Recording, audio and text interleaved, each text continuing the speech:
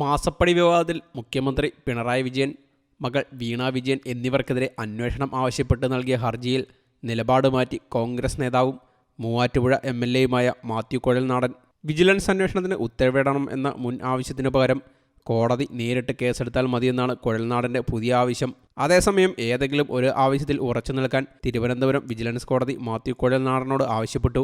കേസിൽ ഈ മാസം 12-ന് കോടതി വിധി പറയും. അതേസമയം ഹർജിക്കാരൻ്റെ നിലപാട് മാറ്റത്തിലൂടെ ഹർജി രാഷ്ട്രീയ പ്രേരിതമാണെന്നും വ്യക്തമായിരിക്കുകയാണെന്നും വിജിലൻസിനായി ഹാജരായ പ്രോസിക്യൂട്ടർ ചൂണ്ടിക്കാട്ടി. തുടർന്ന് കോടതി കേസിൽ വിധി പറയുന്നത് ഏപ്രിൽ 12-ലേക്ക് മാറ്റുകയായിരുന്നു.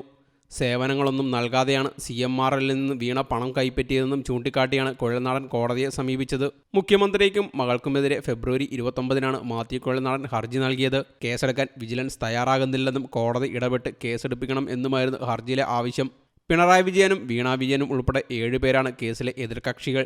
തൃക്കുന്നപ്പുഴയിലും ആറാട്ടുപുഴയിലും ധാതുമണൽ ഖനനത്തിനായി CMRL MD ശശിധരൻ കർത്ത സ്ഥലം വാങ്ങിയെങ്കിലും 2004-ലെ സംസ്ഥാന ഉത്തരവും കേന്ദ്ര നിയമങ്ങളും എതിരായതിനാൽ ഖനനാനുമതി ലഭിച്ചില്ല.